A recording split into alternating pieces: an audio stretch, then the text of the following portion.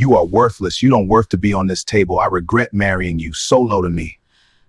The boardroom doors swung open, and Kofi's world shattered in an instant. There she was, Emma, the woman he had divorced 6 months ago, the woman he had called too simple, too quiet, too beneath him, sitting at the head of the mahogany table like a queen on her throne. She wore a tailored navy suit that screamed power, her natural hair styled in elegant twists, her eyes cold as winter mornings in Accra. Around her sat lawyers, executives, and the entire board of Ashanti Holdings, the massive conglomerate that employed his parents, his 3 siblings, his 2 cousins, and half the people in his neighborhood. Kofi felt his knees buckle. His mother gasped beside him. His father's face turned ashen. This couldn't be real. This had to be some cruel nightmare. But Emma's lips curved into the faintest smile as her gaze met his, and in that moment, Kofi knew with absolute certainty that every comfortable thing in his life was about to crumble. If you think you know how this story ends, think again, because karma doesn't just knock on your door, it kicks it down and moves in. His younger brother Kwame whispered frantically, "Who is that woman? Why is she staring at you like that?" But Kofi couldn't speak. His throat had closed up completely. The conference room felt suffocating, the air thick with expensive perfume and impending doom. Emma leaned forward slightly, her diamond earrings catching the light, and when she finally spoke, her voice carried the weight of continents. "Good morning, everyone. My name is Emma Osei-Mensah, and I am the majority shareholder and CEO of Ashanti Holdings," she announced, her tone professional yet laced with something darker, something that made Kofi's stomach turn. The room erupted in confused murmurs. His mother clutched her handbag tighter. His sister Koya looked between Emma and Kofi with growing horror, clearly trying to piece together why this powerful woman seemed so familiar. Emma continued without missing a beat, her eyes never leaving Kofi's face. "For years, I have operated from behind the scenes, allowing others to manage the daily operations while I built this empire quietly. But recent events have convinced me that it's time to step into the light and make some necessary changes." She paused, letting her words sink in like poison. "Starting today, there will be a complete restructuring of this company.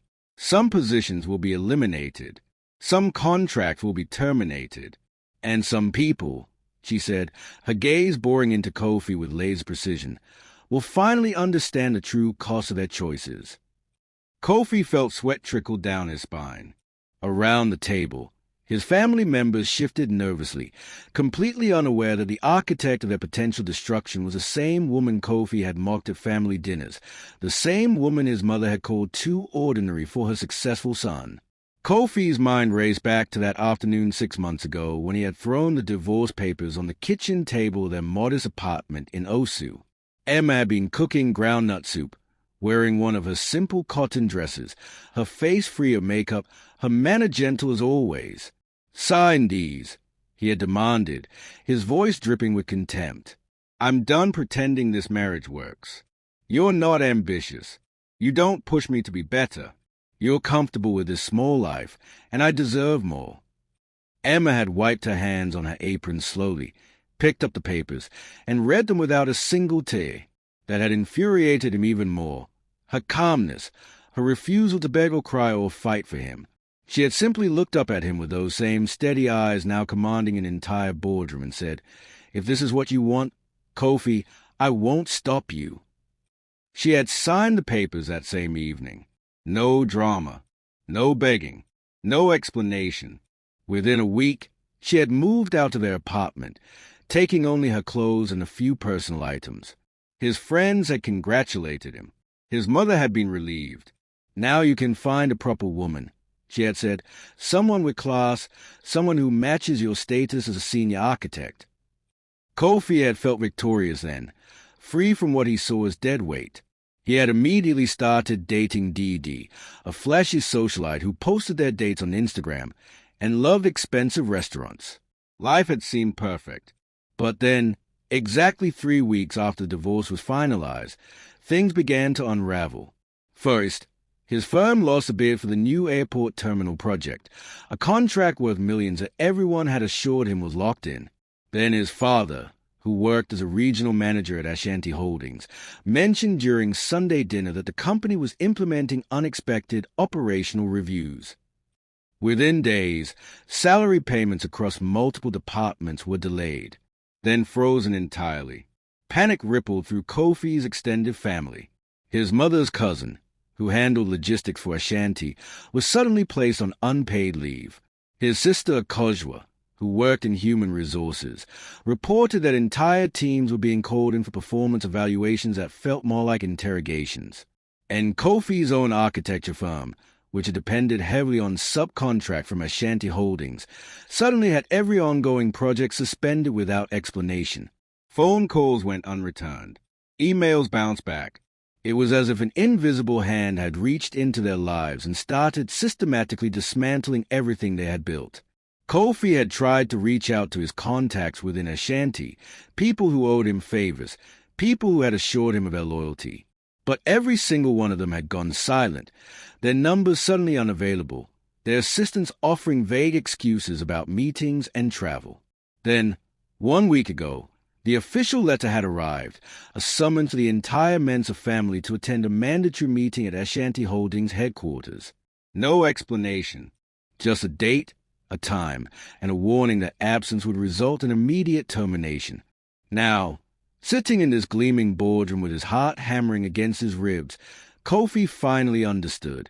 Emma continued speaking, outlining her vision for the company's future, discussing profit margins and expansion plans with the confidence of someone born to lead. But every few sentences, her eyes would find Kofi's, and in those brief moments, he saw something that terrified him more than any business decision could. He saw a woman who had been underestimated, dismissed, and humiliated, now holding all the cards. "Before we conclude this meeting," Emma said, her voice cutting through his spiraling thoughts, "I want to address something personal." The room went absolutely silent. Kofi felt every pair of eyes turn toward him. His mother's hand found his arm, gripping it with desperate strength. Emma stood up slowly, her presence filling the space like gathering storm clouds. 6 months ago, I signed divorce papers that ended my marriage to Kofi Mensah, the man sitting right there in the back row. Gasps erupted around the table. Kofi's father stood up abruptly, his chair scraping loudly against the floor. "That marriage taught me a valuable lesson about what happens when people judge based on appearances, when they confuse quietness for weakness, and when they throw away something precious because they are too blind to see its value." She picked up a folder from the table, holding it up for everyone to see. This folder contains employment records, contract details, and performance reviews for every member of the Mensah family currently working for this company. And starting tomorrow, we're going to have some very interesting conversations about the future. She closed the folder with a sharp snap that echoed like a gunshot. Meeting adjourned. As people began to file out in shocked silence, Kofi remained frozen in his seat, unable to move, unable to breathe, unable to do anything except watch the woman he had once called ordinary walk out of the room with the power to destroy his entire world. But just before Emma reached the door, she turned back one last time, her eyes meeting across the distance. "Oh, and Kofi," she said softly, her voice barely above a whisper yet somehow reaching every corner of the room. "We're just getting started. What happens when the woman you threw away comes back holding all the power? This is only the beginning of Kofi's nightmare." Hit that subscribe button and turn on notifications because next chapter will reveal secrets that will blow your mind. Drop a comment and tell me, does Kofi deserve what's coming? Let's discuss. Kofi sat in his car outside the Ashanti Holdings building for 2 hours after the meeting ended, his hands gripping the steering wheel until his knuckles turned white. The parking lot had emptied slowly, luxury vehicles pulling away one by one, carrying executives and board members who had just witnessed his humiliation. His phone buzzed incessantly in the cup holder, 17 missed calls from his mother, 12 from his father, 8 from his siblings, and countless text messages that he couldn't bring himself to read.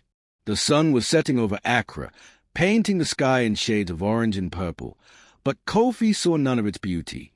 All he could see was Emma's face, that calm, controlled expression that had replaced the soft warmth he had once taken for granted. How had he been so blind? How had he lived with her for 3 years, shared a bed with her, eaten meals she had lovingly prepared, and never once suspected that she was anything more than the simple woman she appeared to be? The questions spiraled through his mind like vultures circling prey, each one more painful than the last. Finally, as darkness settled over the city and security guards began their evening rounds, Kofi started his car and drove toward his parents' house in Cantonment, knowing he couldn't avoid the conversation waiting for him but dreading it with every fiber of his being. The moment Kofi walked through his parents' front door, he was ambushed. His entire family had gathered in the spacious living room that suddenly felt suffocatingly small. His parents on the main sofa, his sister Koi were perched on the armrest with her arms crossed, his brothers Kwame and Kojo standing near the window like sentries, and his cousin Abina sitting in the corner chair, her usually cheerful face drawn with worry. The tension in the room was thick enough to cut with a knife.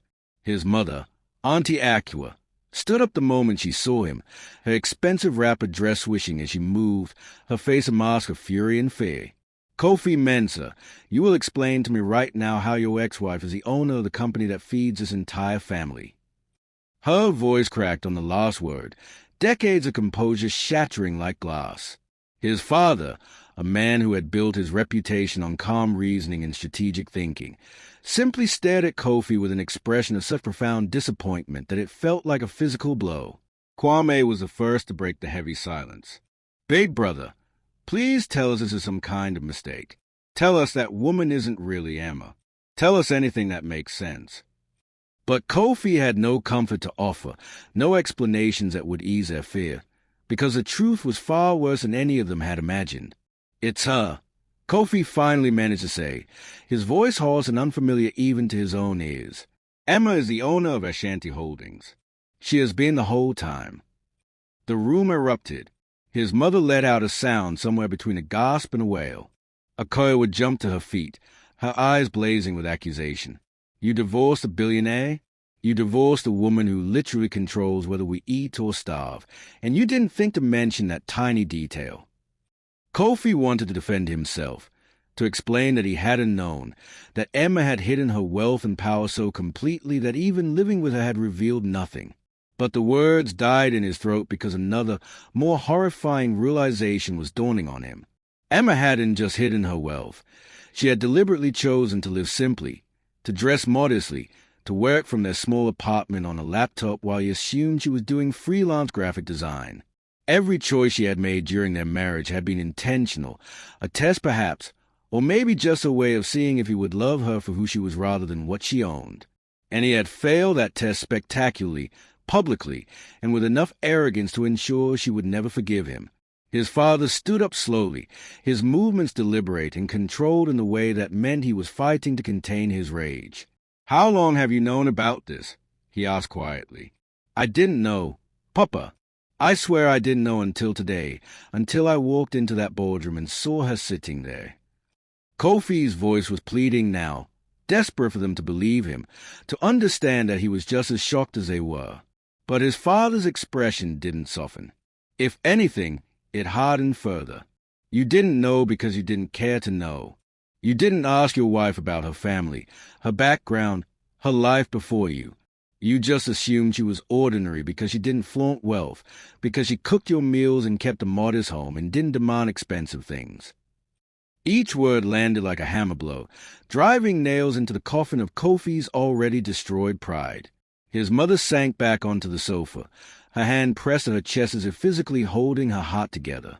"I told you she wasn't good enough," she whispered, more to herself than anyone else.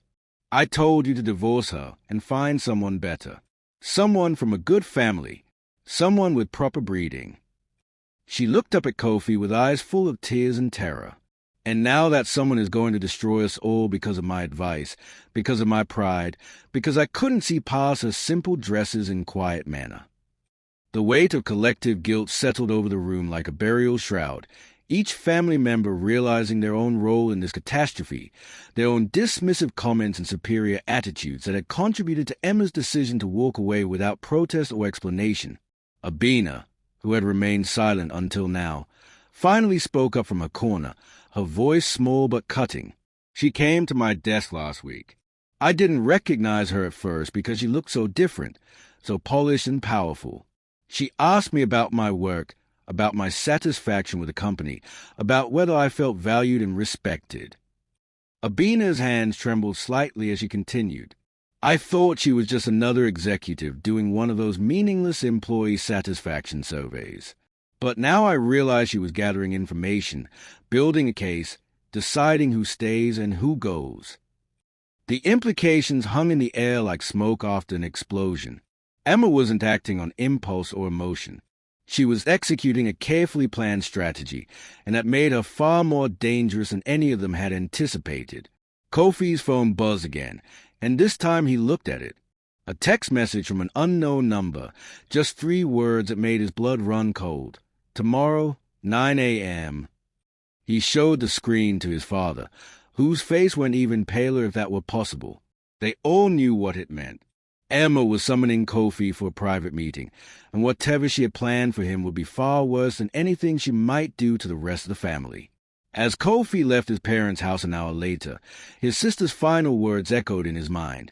You better pray she still has some mercy left in her heart, because right now, big brother, you're standing on the edge of a cliff, and the only person who can pull you back is the same person you pushed over first. What secrets will Emma reveal in tomorrow's private meeting? Will Kofi's family survive the restructuring, or is this just a calm before the real storm hits? Hit that like button if you're Team Emma, and subscribe because next chapter is going to expose a shocking truth about their marriage that nobody saw coming. Comment below and tell me, should Emma show mercy or make him suffer? I need to know what you think. Kofi arrived at Ashanti Holdings at 8:45 the next morning, 15 minutes early because showing up late to face Emma felt like signing his own death warrant. The building looked different in the harsh morning light, taller, more imposing, like a glass and steel monument to everything he had underestimated and thrown away. The lobby was already bustling with employees hurrying to their desks, their faces tense with the uncertainty that had gripped the company since yesterday's announcement. Kofi kept his head down as he walked toward the executive elevators, praying he wouldn't run into anyone he knew, anyone who might have heard the rumors that were undoubtedly spreading through the office like wildfire. The security guard checked his identification 3 times, made 2 phone calls, and finally granted him access to the top floor with a look that suggested he was escorting condemned man to the gallows. As the elevator climbed higher and higher, Kofi caught his reflection in the polished steel doors and barely recognized himself. His eyes were bloodshot from a sleepless night. His expensive suit looked rumpled despite his best efforts, and there was a desperation in his expression that no amount of cologne or confident posture could hide. When the elevator doors finally opened on the 20th floor, he stepped out into a world of quiet luxury that took his breath away. Emma's executive assistant, a young man named you with sharp eyes and an even sharper suit, greeted Kofi with professional courtesy that felt like ice. Mr. Mensah, Mrs. Osei Mensah is expecting you. Please follow me. That name, Osei Mensah, hit Kofi like a punch to the gut. During their marriage, Emma had taken his surname, becoming Emma Mensah, leaving behind her own family name without complaint or ceremony. He had never thought to ask about her maiden name, never wondered about the family she came from, never questioned why she had so few relatives at their small wedding. Now, hearing that name spoken with such reverence and respect, Kofi realized it carried weight in circles he had never even known existed. They walked down a corridor lined with abstract art that probably cost more than his annual salary, past conference rooms with floor-to-ceiling windows offering breathtaking views of Accra's skyline, until finally they reached a set of imposing double doors made of dark mahogany. Yor knocked twice, waited for a response, then opened the doors to reveal an office so magnificent it belonged in a magazine spread. And there, behind a massive desk positioned to catch the morning light, sat Emma, looking every inch the billionaire queen she had always been but he had been too blind to see. Thank you, Yor. Hold all my calls for the next hour, Emma said without looking up from the document she was reviewing, her voice carrying the kind of authority that came from years of making decisions that affected thousands of lives. Yor nodded and retreated, closing the doors behind him with a soft click that sounded to Kofi like a prison cell locking. For several long minutes, Emma continued reading, making notes with a gold pen, completely ignoring Kofi's presence as he stood awkwardly in the middle of a palatial office. The silence was deliberate, calculated, designed to make him squirm, and it was working beautifully. Finally, she set down her pen, closed the folder, and lifted her gaze to meet his. The woman looking at him bore little resemblance to the wife who used to greet him at the door with a warm smile and ask about his day. This woman's eyes were cold, assessing, revealing nothing of the thoughts running through a brilliant mind. "Sit down, Kofi," she said, gesturing to one of the leather chairs positioned in front of her desk like a supplicant's seat before a throne. He sat, feeling small and insignificant in a way that had nothing to do with the physical space and everything to do with the shift in power dynamics that had occurred between them. Emma leaned back in her chair, her fingers steepled under her chin in a pose that suggested she was studying a particularly interesting specimen under a microscope. "I imagine you have questions," Emma began, her tone conversational but with an edge sharp enough to draw blood. "You want to know how I built this empire, why I hid it from you, what I'm planning to do with your family's futures. You probably spent all night crafting apologies and excuses, rehearsing explanations that might soften my heart and convince me to show mercy." She paused, letting her words sink in before continuing. "But before you say anything, let me tell you a story about a young woman who inherited a struggling textile business from her grandmother when she was only 22 years old. Everyone expected her to fail. Her own uncles fought her in court, trying to claim the business should go to a male heir. Business partners refused to take meetings with her. Banks wouldn't approve her loans. But that young woman had something her critics didn't count on. She had vision, determination, and the kind of quiet strength that people mistake for weakness. Emma stood up and walked to the window, her silhouette backlit by the morning sun streaming through the glass. She spent 5 years transforming that small textile company into a manufacturing powerhouse. Then she diversified into construction, real estate, technology. She made strategic acquisitions, formed partnerships with international corporations, and built an empire that now employs over 15,000 people across West Africa. She turned back to face Kofi, and in that moment, he saw the full measure of what he had lost. That woman was me, Kofi, and the whole time I was building this empire, I was also searching for something that money couldn't buy, genuine love from someone who valued me for who I am, not what I own. When I met you at that art gallery opening 5 years ago, you were charming and ambitious and completely unaware of who I was. You asked me out because you liked my smile, not because you wanted access to my wealth of connections. For the first time in my adult life, someone saw me as just Emma, not Emma Osei Mensah, heir to the Osei fortune and CEO of Ashanti Holdings. Her voice softened slightly, and for just a moment, Kofi glimpsed the woman he admired beneath the armor of corporate power. "I fell in love with you precisely because you treated me like I was ordinary. I chose to live simply during our marriage because I wanted to know if your love was real, if it could survive without the trappings of wealth, if you would stand by me even when you thought I had nothing special to offer." She walked back to her desk, picking up a small photograph that Kofi recognized with a jolt. It was from their wedding day, both of them laughing in front of the small church in Osu, surrounded by a handful of friends and family. "But you failed that test, Kofi. You failed it so completely that I almost couldn't believe it. You complained that I wasn't ambitious enough. You criticized my simple clothes and modest lifestyle. You told your friends I was holding you back from achieving greatness." Emma set the photograph down face flat on her desk, a gesture that felt like closing a coffin. "And when your mother suggested you could do better, when she called me ordinary and beneath your station, you didn't defend me. You agreed with her. You threw away our marriage like it was garbage, and you did it without ever once asking me who I really was or what I was capable of becoming in your life."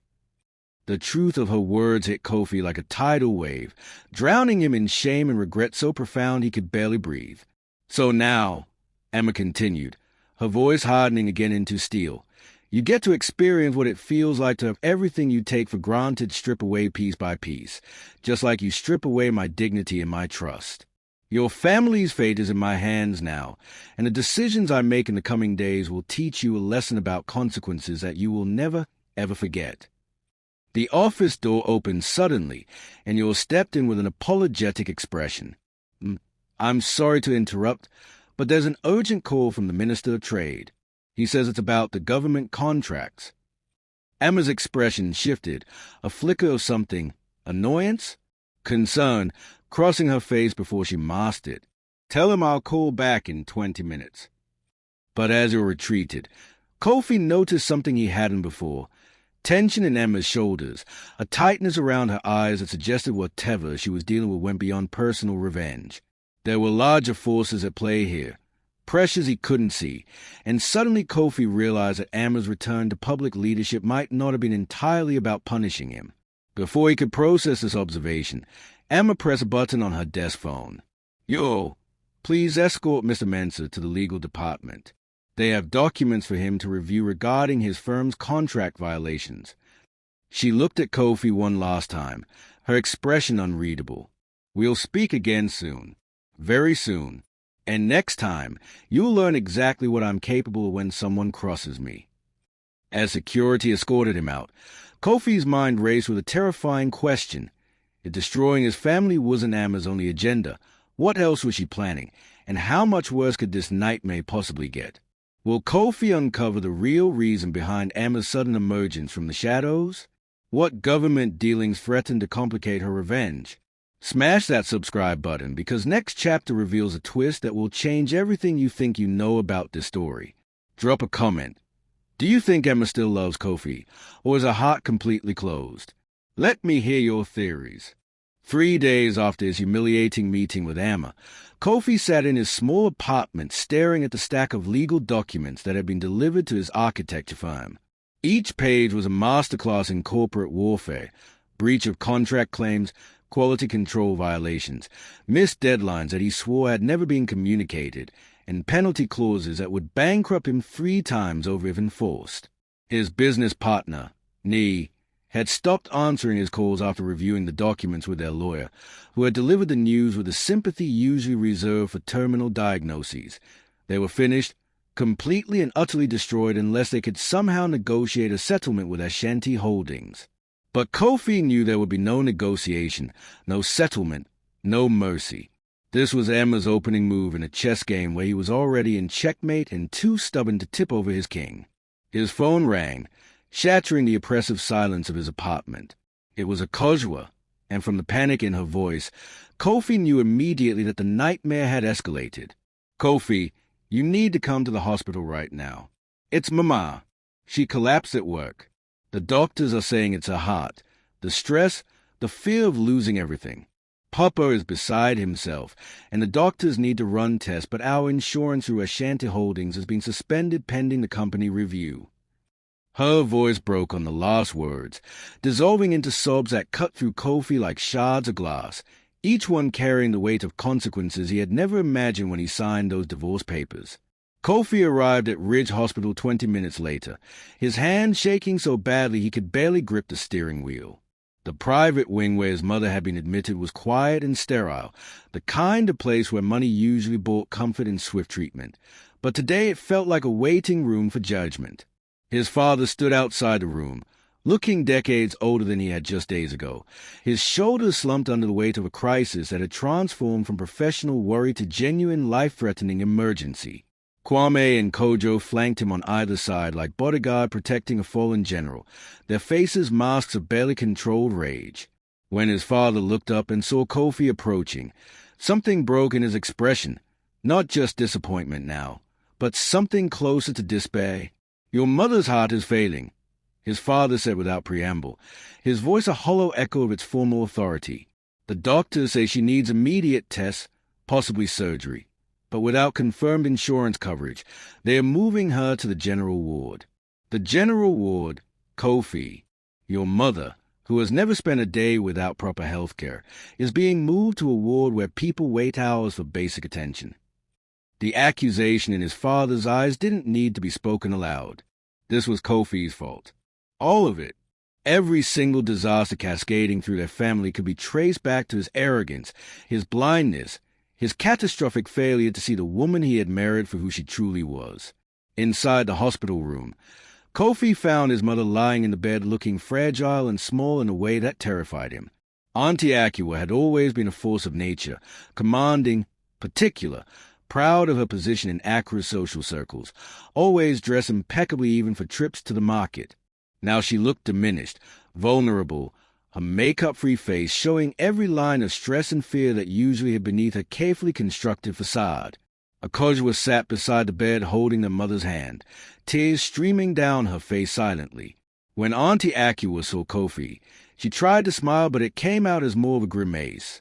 "My son," she whispered, her voice weak but still carrying echoes of a usual imperious tone. "What have we done? What have I done?" The question hung in the air between them, loaded with implications and regrets that went far beyond the current medical crisis. Kofi moved closer, kneeling beside the bed, taking his mother's other hand in his. "Mama, you need to rest. Don't worry about anything else. We'll figure this out." But even as he spoke the words, they felt hollow, empty promises from a man who had no power left to fix anything. His mother shook her head slightly, the movement seeming to cause her enormous effort. "That girl, Emma, I was so cruel to her. At every family dinner, every holiday gathering, I made comments about her clothes, her quiet nature, her lack of social connections. I told you she wasn't good enough for my successful son. I pushed you to divorce her." Tears leaked from the corners of her eyes, cutting tracks down her cheeks. "And now she holds our lives in her hands, and I deserve every bit of the suffering because karma is real, Kofi. God doesn't sleep." Before Kofi could respond, his phone buzzed with a text message that made his blood freeze. It was from Emma's assistant. "Mrs. Osei Mensah requests your presence at Ashanti Holdings within the hour. This is not optional. Your family's insurance status will be discussed." The clinical language of the message couldn't hide its true meaning. Emma knew about his mother's collapse, knew about the suspended insurance, and was dangling their health care coverage like a carrot before a starving horse. She was giving him a choice, or perhaps an opportunity to beg, which might actually be worse than outright punishment. Kofi showed the message to his father, who read it with an expression of such profound defeat that Kofi wanted to scream. "Go," his father said quietly. "Go and do whatever you need to do. Apologize, beg, plead, get on your knees if that's what it takes. Your pride has already cost us everything. Don't let it cost us your mother's life, too." The words were a death sentence of whatever remained of Kofi's dignity, but what choice did he have? He kissed his mother's forehead, promised Okoye he would fix this, and walked out of the hospital feeling like a man heading to his own execution. 40 minutes later, he stood once again in Emma's office, but this time the power dynamic was even more brutally clear. Emma didn't make him wait, didn't play games with silence or strategic pauses. She looked up the moment he entered, her expression businesslike but with something else lurking beneath. Perhaps satisfaction, perhaps regret, perhaps something more complicated than either. "I heard about your mother," Emma said, her tone neutral, revealing nothing of her intentions. Heart problems are serious at her age, especially when combined with high stress levels. She opened a folder on her desk, pulling out documents that Kofi recognized as insurance forms. "Your family's healthcare coverage through Ashanti Holdings is currently under review, along with everything else. But I'm prepared to make an exception in this case, on one condition." Here it was, the moment of truth, the price Emma would extract for mercy. Kofi braced himself for whatever humiliation she had planned, whatever public apology or degrading task she would demand. But what Emma said next shocked him more than anything that had come before. "I need you to design something for me," she said, sliding a blueprint across the desk. "A children's hospital in Kumasi, a project I've been planning for 2 years. The architect I hired has proven incompetent, and the timeline is critical.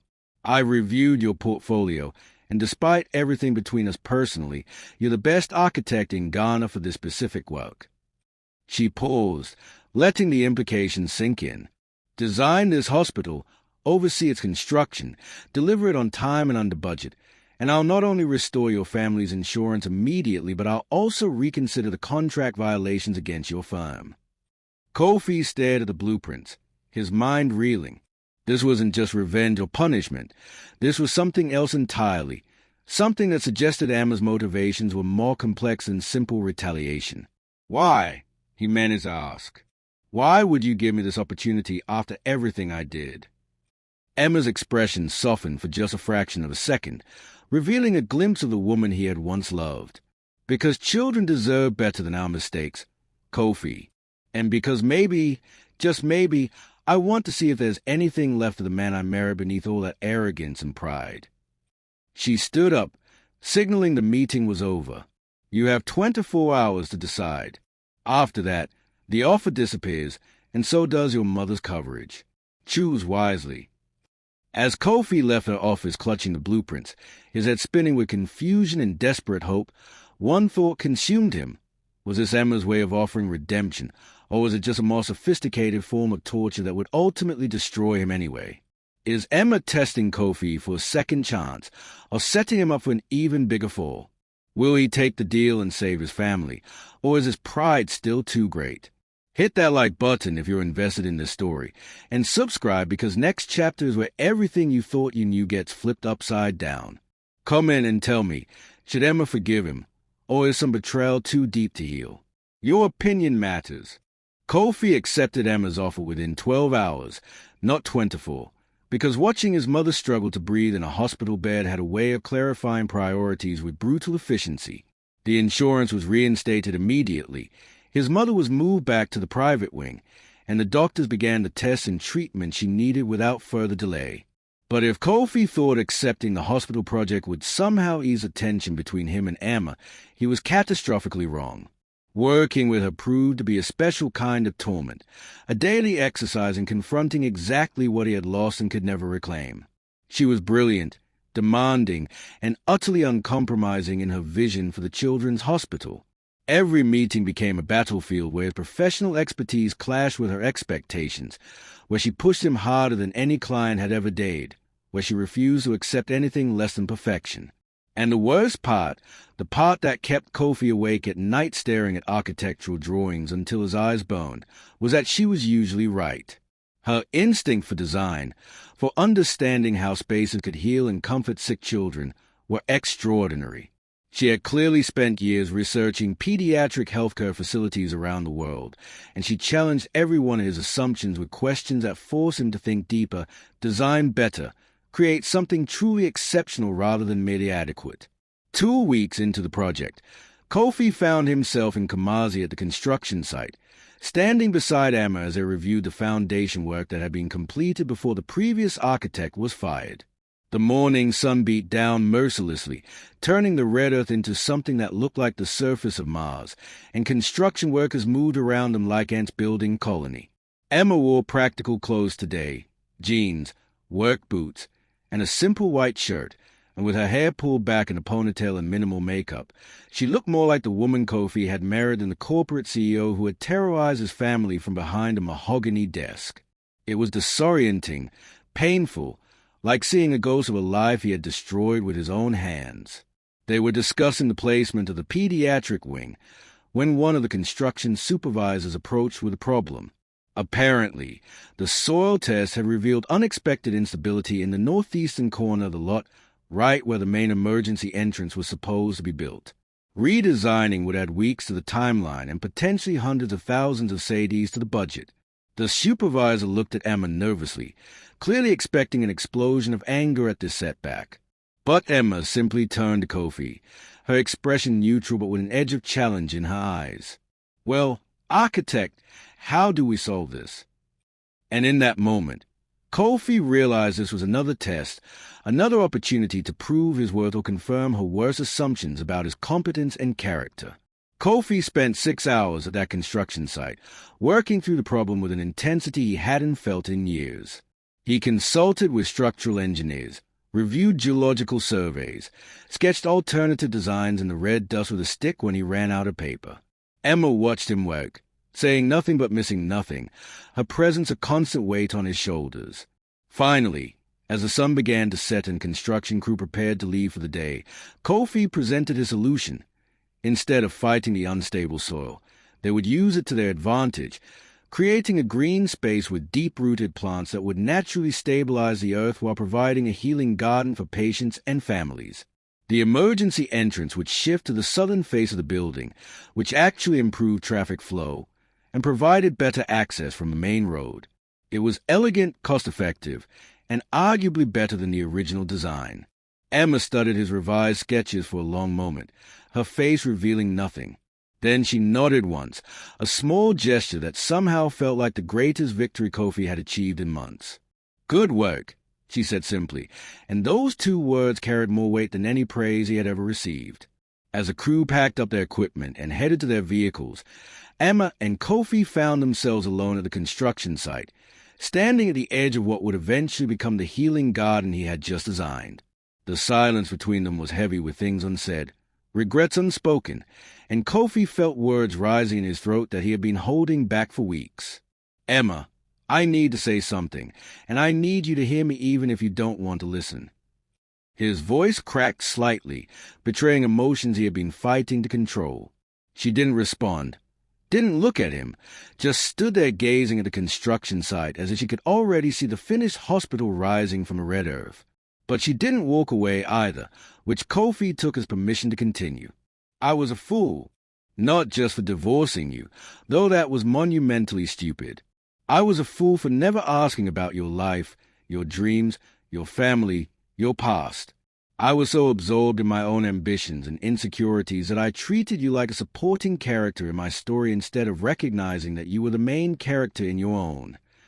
He took a breath, forcing himself to continue even though every word felt like pulling teeth.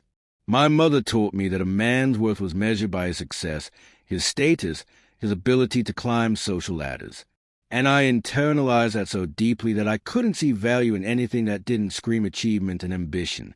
Your quietness, your simplicity, your contentment with small moments, I thought those were weaknesses.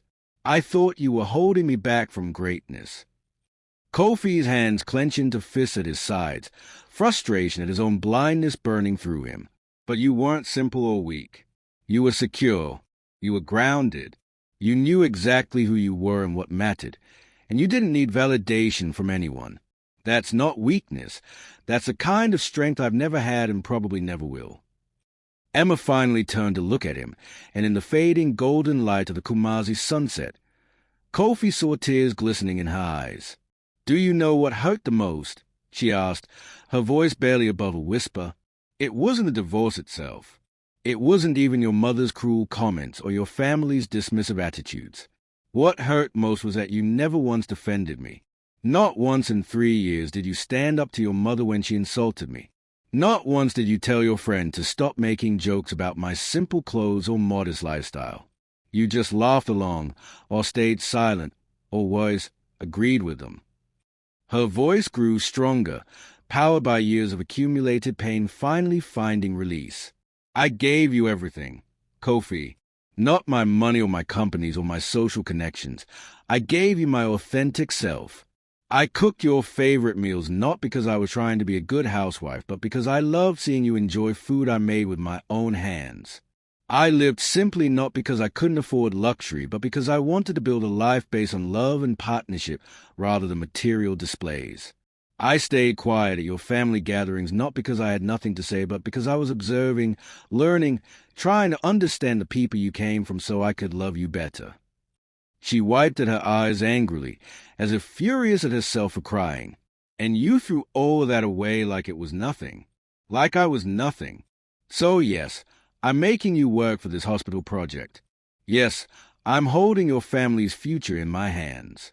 Yes, I'm making you feel a fraction of the powerlessness I felt every time you looked at me with disappointment in your eyes. But I'm also giving you a chance to prove that somewhere beneath the arrogance and the shallow values your mother instilled, there's still a good man worth knowing." She turned back toward the construction site, her silhouette strong against the darkening sky. "Don't waste it, Kofi. Don't waste this chance the way you wasted our marriage. Because there won't be a third opportunity. After this project is done, we're done. Completely and finally done." The finality in her voice hit Kofi like a physical blow, but before he could respond, before he could tell her that he was falling in love with her all over again, that working beside her these past weeks had shown him exactly what he had lost. His phone rang with a call that would change everything yet again. It was his father, and the old man's voice carried a tone Kofi had never heard before. Not anger, not disappointment, but something closer to terror. "Kofi, you need to come back to Accra immediately. The house. Someone has been inside the house. Documents are missing, financial records, everything. And there's a message spray painted on the living room wall that says Karma has friends. Son, I think someone is targeting our family, and I don't think it's Emma. I think we made enemies we didn't even know about, and they're coming for us while we're already down." The call ended, leaving Kofi standing in the Kumasi construction site with his mind reeling. If Emma wasn't the only one seeking revenge against his family, if there were other forces at play that none of them had anticipated, then every assumption he had made about this nightmare was wrong. He looked at Emma, whose face had gone pale as she clearly heard enough of the conversation to understand the implications. For the first time since walking into that boardroom weeks ago, Kofi saw genuine concern in her eyes rather than calculated strategy. "Emma," he said urgently, "if someone is targeting my family and it's not you, then who? Who else did we wrong?" But even as he asked the question, he saw knowledge flash across Emma's face. She knew something she hadn't told him, something that meant this revenge story was far more complicated and dangerous than either of them had realized. Who else is coming after Kofi's family, and what secrets is Emma still hiding? Just when you thought you understood this story, everything changes. Smash that subscribe button and hit the notification bell because Chapter 6 is the explosive finale where all secrets are revealed and justice is finally served. Drop a comment right now. Who do you think is targeting the Mensah family? I need your theories before the final chapter drops. Kofi and Emma drove back to Accra in her Range Rover, the 2-hour journey passing in tense silence broken only by urgent phone calls to security companies and police contacts. By the time they arrived at his parents' house in Cantonments, night had fallen completely, and the familiar street looked sinister in the dim glow of street lights. Police cars flanked the driveway, their blue lights casting eerie shadows across the manicured lawn that his mother took such pride in maintaining. Inside, the scene was chaotic. His entire family gathered in the dining room while forensic officers dusted for fingerprints and photographed a spray-painted message that dominated the living room wall in blood-red letters. Karma has friends. But it was a document scattered across the floor that made Kofi's blood run cold. Financial records dating back 15 years, property deeds, business contracts, and most damning of all, a series of photographs showing his father in compromising positions with various women, clear evidence of affairs that had been hidden for decades. His mother sat rigid in a dining chair, staring at those photographs with an expression of absolute devastation, while his father stood in the corner looking like a man who had just watched his entire world burn. Akoya was crying quietly. Kwame paced like a caged animal, and the police detective in charge kept asking questions nobody seemed able to answer. Then Emma stepped forward, and the authority in her voice cut through the chaos like a knife through butter. "I know who did this, and I know why." Every head in the room turned toward Emma as she pulled out her phone and made a call that everyone could hear on speakerphone. "Nana, I know you're listening. I know you're watching. And I know you think you're getting justice for what happened to your mother, but you're wrong. Meet me at the Ashanti Holdings building in 1 hour, or I'll make sure everyone in Accra knows the truth about what really happened 20 years ago." She ended the call before anyone could respond, and the silence that followed was deafening. Kofi's father stumbled backward, his face draining of color so completely he looked like a ghost. "How do you know about Nana?" he whispered, his voice barely audible. "How do you know about Ifewa?" Emma's expression was hard, unforgiving, as she looked at the man who had dismissed her as unworthy of his son. "Because Ifewa Boateng was my mother's best friend. Because when your affair with her ended and she had your child, a daughter named Nana, and you refused to acknowledge either of them, my mother helped support them financially. Because I've known about your secret family since before I ever met Kofi, and I've been watching Nana spiral into anger and resentment for years, waiting for the moment she would strike." The revelation hit like a bomb, fragmenting the family's understanding of their history into 1,000 sharp pieces. Kofi felt his knees weaken as the implications crashed over him. His father had another child, a sister he had never known about, and that sister was now seeking revenge for decades of abandonment and denial. His mother made a sound somewhere between a gasp and a sob, her hand pressed to her mouth as if physically holding back screams. The meeting at Ashanti Holdings an hour later felt like a showdown in a Western film, all tension and barely controlled violence waiting to explode. The conference room was empty except for Emma, Kofi, his father, and a young woman who walked in with a kind of rage that had been fermenting for 27 years. Nana Boateng was beautiful in the way storms are beautiful, wild, dangerous, mesmerizing. She had her father's eyes and chin, features that made a family resemblance undeniable even to someone seeing her for the first time. She also carried a leather folder that Kofi suspected contained enough evidence to destroy his father's reputation completely. So the great Mr. Mensah finally has to face the bastard daughter he's been denying his entire adult life, Nana said, her voice dripping with venom as she threw the folder on the table. Photographs spilled out, more pictures of the affair, birth certificates proving paternity, letters his father had written promising to leave his wife and then breaking those promises repeatedly, bank records showing child support payments that had stopped abruptly when Nana turned 13. My mother died waiting for you to acknowledge me. She died believing you would finally do the right thing and claim me as your daughter. Instead, you let her die in a government hospital while you paid for your legitimate children's private health care and expensive educations. Nana's hands trembled as she pointed at Kofi. You got to grow up with a father. You got his name, his support, his presence at your graduation and your wedding. What did I get? Shame. Secrecy. A mother who worked herself to death trying to provide for a child that her married lover refused to acknowledge. Kofi watched his father crumble under the weight of decades of cowardice and selfishness. The man who had always seemed so strong, so principled, so righteous in his judgments, now looked pathetic and small. Nana, there's no excuse, his father stammered, tears streaming down his face. I was weak. I was a coward. I chose my marriage and my reputation over you and your mother, and I've lived with that guilt every day of my life. But hurting my family now won't bring your mother back. It won't heal your pain. It will only create more suffering. Nana laughed, a bitter sound that held no humor. You think I care about your suffering? You think you deserve mercy after what you did to us? But before she could continue, Emma stood up, commanding attention without raising her voice. Nana, I understand your anger. I truly do. But you're making the same mistake Kofi made with me. You're punishing people who don't fully understand what they did wrong because nobody ever told them the truth. Kofi's siblings didn't know you existed. His mother was a victim of infidelity just like your mother was. And Kofi himself was just a child when all of this happened. She walked around the table until she stood directly in front of Nana. Your anger is valid, but your methods are wrong. You want justice? I can give you justice. Real justice, not this revenge that will land you in prison and accomplish nothing. Emma pulled out her own folder, and when she opened it, Kofi saw documents that made his heart race, corporate papers, trust fund agreements, legal contracts. I'm offering you a position as Vice President of Community Relations at Ashanti Holdings, with a salary of 500,000 cedis annually.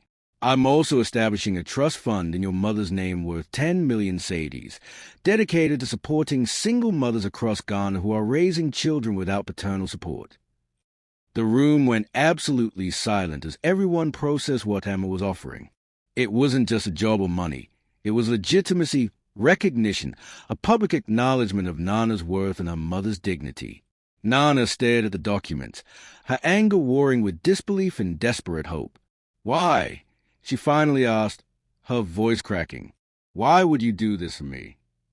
Emma's expression softened, and for the first time all night, Kofi saw genuine compassion in her eyes.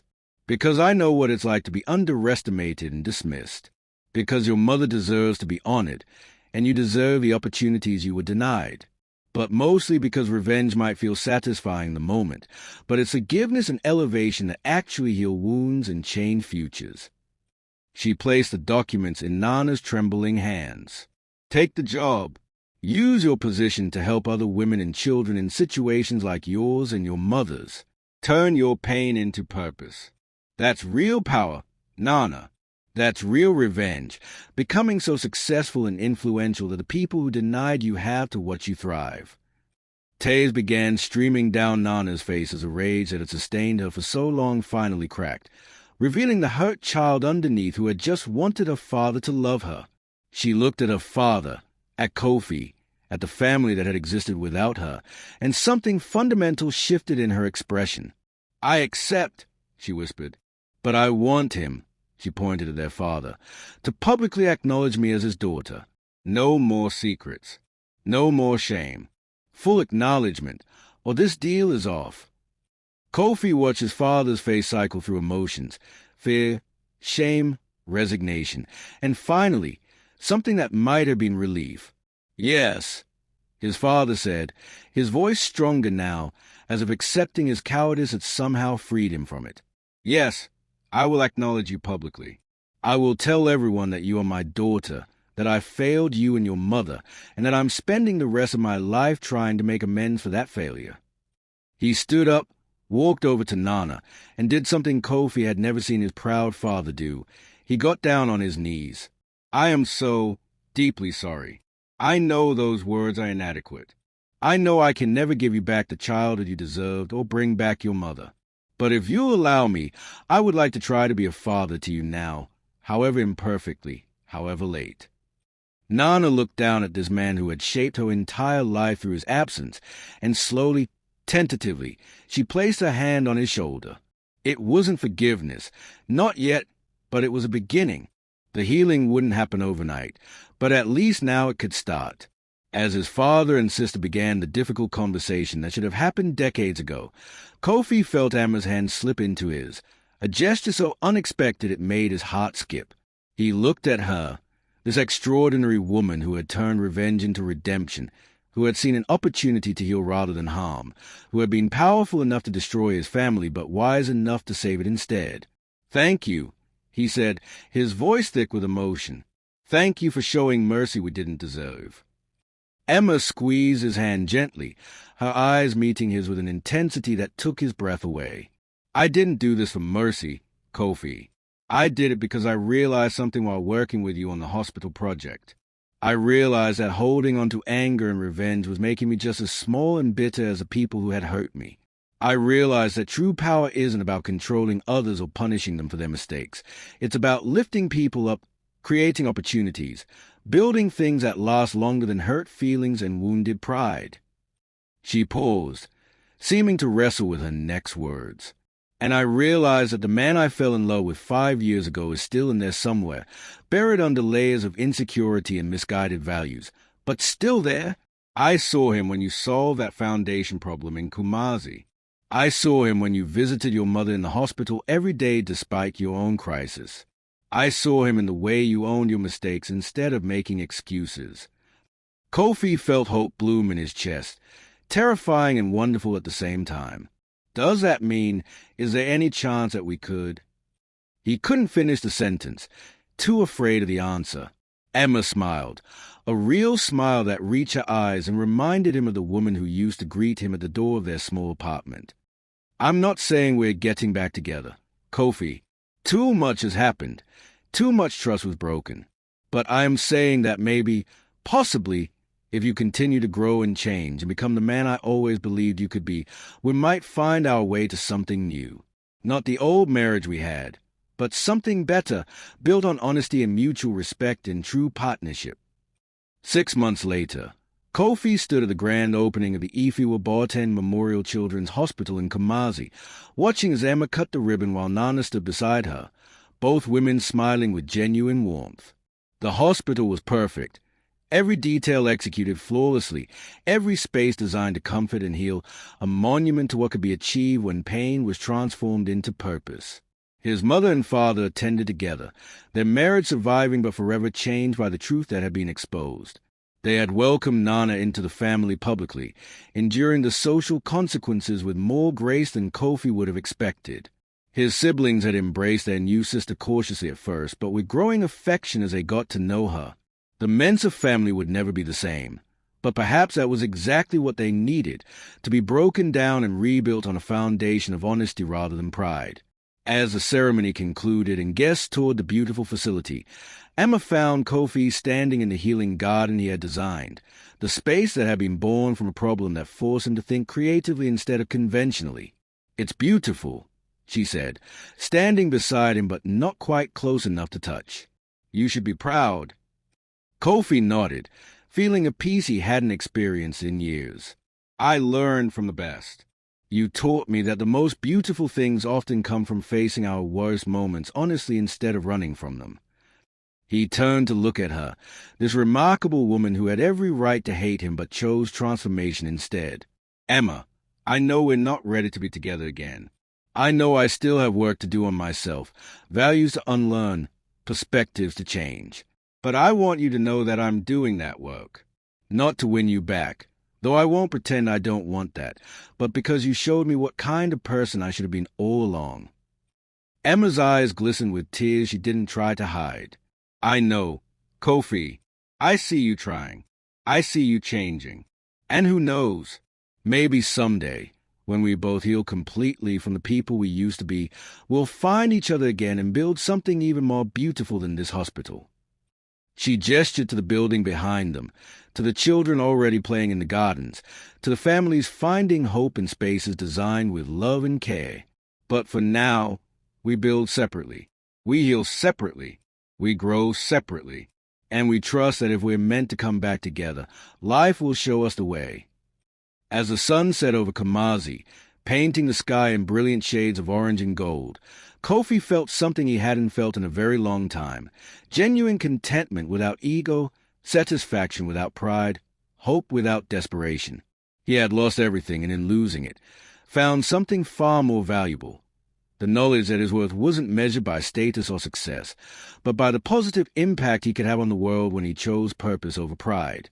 Emma walked away to join Nana and the other guests, leaving Kofi alone with his thoughts in the garden that symbolized transformation and new growth.